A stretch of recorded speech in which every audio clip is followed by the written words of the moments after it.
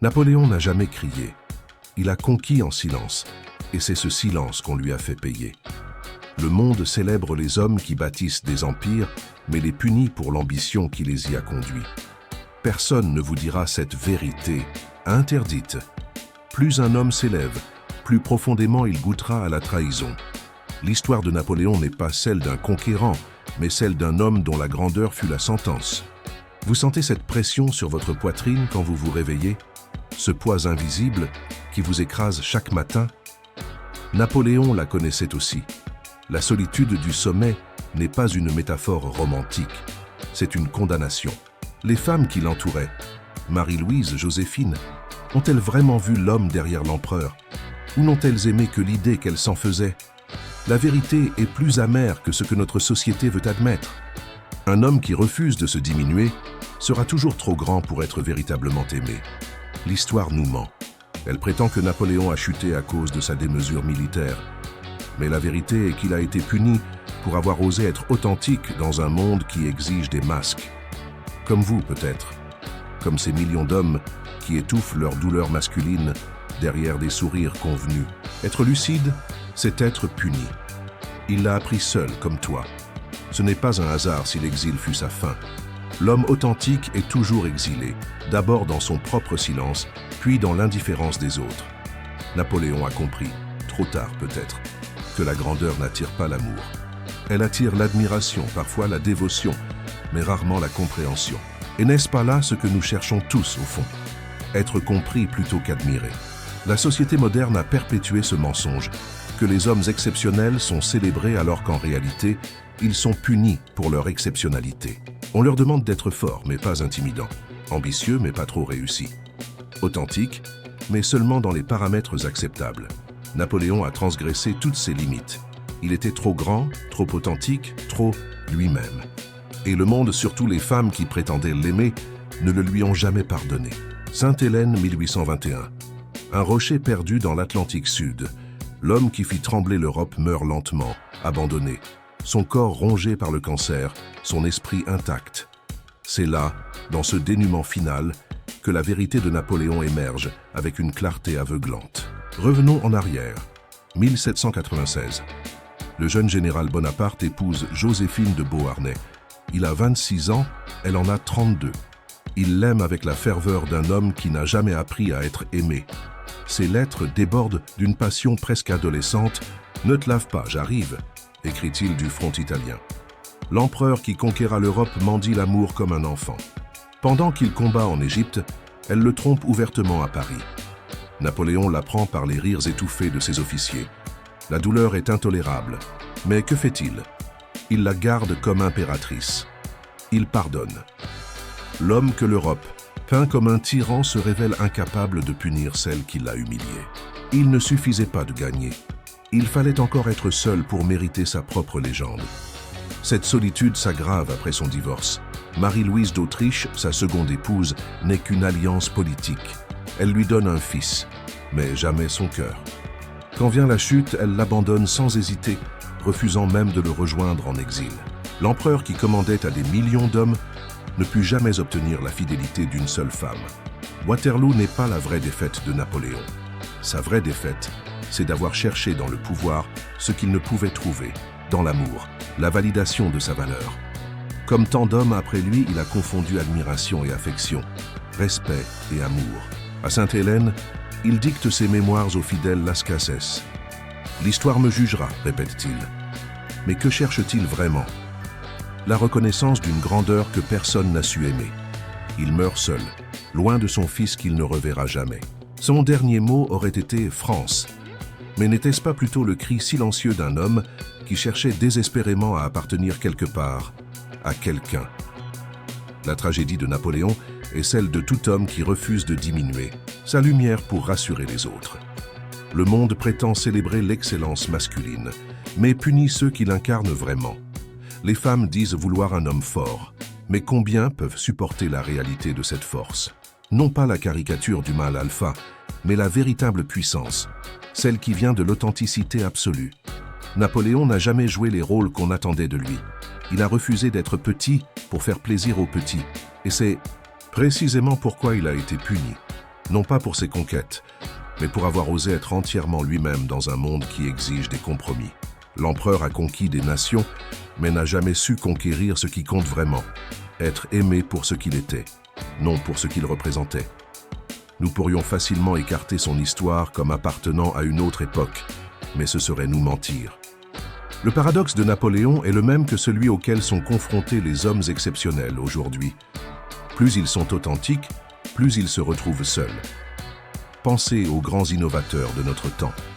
Des hommes brillants dont les mariages échouent les uns après les autres. Des leaders visionnaires admirés par des foules, mais qui confessent dans leurs moments les plus sincères se sentir profondément incompris. N'est-ce pas le même schéma qui a détruit Napoléon? La vie personnelle de l'empereur révèle cette vérité avec une précision douloureuse. Joséphine, qu'il aimait avec une dévotion presque religieuse, ne lui a jamais donné d'enfant. Son infidélité constante était un secret de polichinelle à Paris.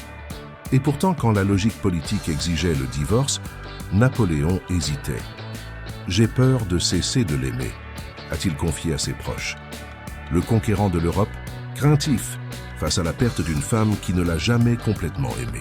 Son mariage avec Marie-Louise fut calculé, froid, une alliance avec la maison des Habsbourg. Elle était jeune, malléable, mais incapable de voir l'homme réel derrière la couronne. Quand Napoléon tombait, elle dansait à Vienne. Quand il mourait lentement à Sainte-Hélène, elle construisait une nouvelle vie avec son amant. L'ultime trahison pour un homme qui a tout donné et reçu si peu en retour. Cela vous semble-t-il familier? C'est l'histoire de tant d'hommes brillants, intuitifs, authentiques. Des hommes qui sont célébrés pour leur réalisation, mais punis pour leur essence. Des hommes qui, comme Napoléon, découvrent trop tard que le monde préfère un mensonge, confortable à une vérité qui dérange. Si cela vous a fait vous sentir moins seul, laissez votre like et préparez-vous à comprendre comment Napoléon transformait le rejet en force dans le prochain sujet. La souffrance de Napoléon n'appartient pas au passé. Elle résonne aujourd'hui dans le cœur de millions d'hommes qui étouffent silencieusement. Vous la connaissez, cette douleur masculine invisible que notre société refuse de voir. Le paradoxe, cruel de l'homme moderne. Soyez fort mais pas trop. Soyez vulnérable mais jamais faible. Soyez ambitieux, mais restez humble. Des injonctions contradictoires qui créent une prison invisible. Napoléon a vécu ce paradoxe à l'échelle d'un « empire ». Lorsqu'il pleurait la mort de ses soldats, on le jugeait faible. Lorsqu'il restait stoïque, on le disait sans cœur. Comme vous, peut-être, il a appris que l'authenticité masculine est toujours punie d'une façon ou d'une autre. Avez-vous déjà ressenti ce rejet lorsque vous avez montré votre véritable nature? Cette déception dans les yeux de l'autre quand vous avez abandonné le masque du guerrier infaillible. Napoléon l'a vécu avec Joséphine, qui admirait le général, mais se détournait de l'homme vulnérable. La psyché humaine fonctionne ainsi. Nous prétendons admirer l'authentique, mais ne supportons que le familier. L'homme vrai dérange parce qu'il refuse les rôles préétablis. Comme cet empereur qui parlait 7 langues, écrivait de la poésie et pleurait en lisant Werther. Trop complexe pour les cases étroites que la société nous réserve. Combien d'entre vous ont ressenti l'abandon après avoir montré leur sensibilité, cette sensation glaçante quand une femme qui jurait vouloir un homme en contact avec ses émotions recule horrifiée devant la réalité de cette vulnérabilité? Napoléon a connu cet instant quand Marie-Louise a fui plutôt que d'affronter sa chute. La vérité est que notre société célèbre une caricature de la masculinité, pas sa réalité. Elle veut des hommes forts mais domptés, puissants mais obéissants, authentiques mais conformes. Un mensonge cohérent vaut mieux qu'une vérité qui dérange. Napoléon a été puni pour avoir brisé ce contrat tacite, pour avoir été trop grand, trop vrai, trop lui-même. Et n'est-ce pas ce que beaucoup d'entre vous vivent chaque jour? Cette impression d'être rejeté non pour vos défauts, mais pour votre refus de feindre. Regardez autour de vous. Les hommes qui réussissent vraiment dans leurs relations ne sont pas ceux qui sont authentiques, mais ceux qui jouent le mieux, le rôle qu'on attend d'eux. Ce n'est pas un hasard si tant d'hommes se sentent étrangers dans leur propre vie. Ils ont appris à jouer un personnage pour être acceptés. L'avertissement ignoré de Napoléon résonne à travers les siècles. Être soi-même a un prix que peu sont prêts à payer. À Sainte-Hélène, j'ai enfin compris que ma plus grande conquête aurait dû être celle de moi-même, aurait-il confié à son médecin. Trop tard, peut-être, comme beaucoup d'entre nous qui ne réalisons qu'au crépuscule de notre vie, que nous avons vécu pour les attentes des autres. La solitude du conquérant n'est pas si différente de celle que vous ressentez parfois en vous réveillant auprès d'une personne qui ne vous voit pas vraiment, qui aime l'idée qu'elle se fait de vous, pas votre réalité complexe et imparfaite. Les hommes d'aujourd'hui portent leur Sainte Hélène intérieure, cet exil silencieux où ils contemplent le fossé entre ce qu'ils sont et ce qu'on leur permet d'être. Un empire intérieur aussi vaste que celui de Napoléon, mais tout aussi solitaire. La modernité a simplement rendu cette prison plus confortable, pas moins réelle. Les réseaux sociaux, la culture populaire, même nos relations intimes, perpétuent ce message. Montrez votre force, cachez votre douleur. Soyez tout pour les autres, rien pour vous-même. Cette douleur n'est pas une faiblesse, c'est le prix de la lucidité. Comme Napoléon l'a découvert dans sa solitude finale, voir le monde tel qu'il est vraiment est à la fois une malédiction et un pouvoir. La question n'est pas comment échapper à cette souffrance, mais comment la transformer en force. Car la véritable leçon de Napoléon n'est pas dans ses conquêtes, mais dans sa capacité à continuer malgré tout. À chaque trahison, à chaque abandon, il s'est relevé.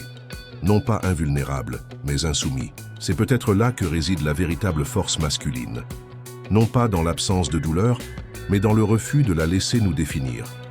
Quand Napoléon a perdu son empire, il s'est retrouvé face à lui-même. Dépouillé de titres, de pouvoir et de gloire, il s'est tenu devant le miroir de sa véritable essence. Combien d'entre nous ont besoin d'une chute aussi spectaculaire pour se redécouvrir?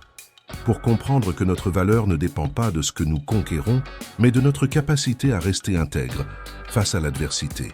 La dualité qui a détruit Napoléon est la même que celle à laquelle est confronté chaque homme authentique. Être admiré mais pas aimé, respecté mais pas compris, suivi mais fondamentalement seul. C'est le paradoxe de la masculinité exceptionnelle, aussi pertinente aujourd'hui qu'il y a 2 siècles. Dans ses derniers jours à Sainte-Hélène, Napoléon réfléchissait aux femmes qui avaient traversé sa vie. « Elles m'ont aimé pour ce que je pouvais leur donner, pas pour qui j'étais », a-t-il confié à son médecin. Cette phrase contient l'essence de la vérité interdite que beaucoup d'hommes découvrent trop tard. Être précieux ne garantit pas d'être apprécié. La société moderne a sophistiqué ce piège. Nous ne demandons plus des conquêtes militaires, mais des réussites professionnelles, une stabilité financière, un statut social. L'emballage change, mais la dynamique persiste. On célèbre ce que l'homme fournit, pas qui l'homme est. Combien d'entre vous ont senti que leur valeur se mesure exclusivement à ce qu'ils apportent? Combien ont expérimenté comment l'amour s'évanouit quand le succès vacille? Napoléon a connu cette réalité dans sa forme la plus crue quand ses généraux l'ont abandonné les uns après les autres en entrevoyant sa chute. C'est la leçon silencieuse que les grands hommes transmettent à travers l'histoire. L'authenticité a un prix que beaucoup ne sont pas prêts à payer, préférant la sécurité du masque au risque de la vérité nue. Si cette vérité a résonné en vous, abonnez-vous maintenant et découvrez dans le prochain sujet comment Napoléon utilisait la douleur pour vaincre. Le monde ne pardonne pas à celui qui refuse de porter un masque. C'est peut-être la leçon la plus amère que nous offre Napoléon et la plus nécessaire pour tout homme qui cherche à vivre avec intégrité. L'authenticité n'est pas récompensée, elle est punie. Non pas parce que le monde est cruel, mais parce qu'il est effrayé. Votre vérité dérange ceux qui vivent dans le mensonge. Votre refus de jouer le jeu est une accusation silencieuse contre ceux qui s'y soumettent. Comme Napoléon l'a découvert à ses dépens, être soi-même est le crime impardonnable. À Sainte-Hélène, dans ces derniers jours, l'empereur déchu a peut-être compris ce que vous découvrez maintenant. La grandeur ne se mesure pas à la gloire, mais à la quantité de silence qu'elle exige. La vraie grandeur d'un homme ne se mesure pas à ses conquêtes extérieures, mais à sa capacité à supporter la solitude que sa vérité lui impose. Napoléon n'a pas échoué parce qu'il était trop ambitieux.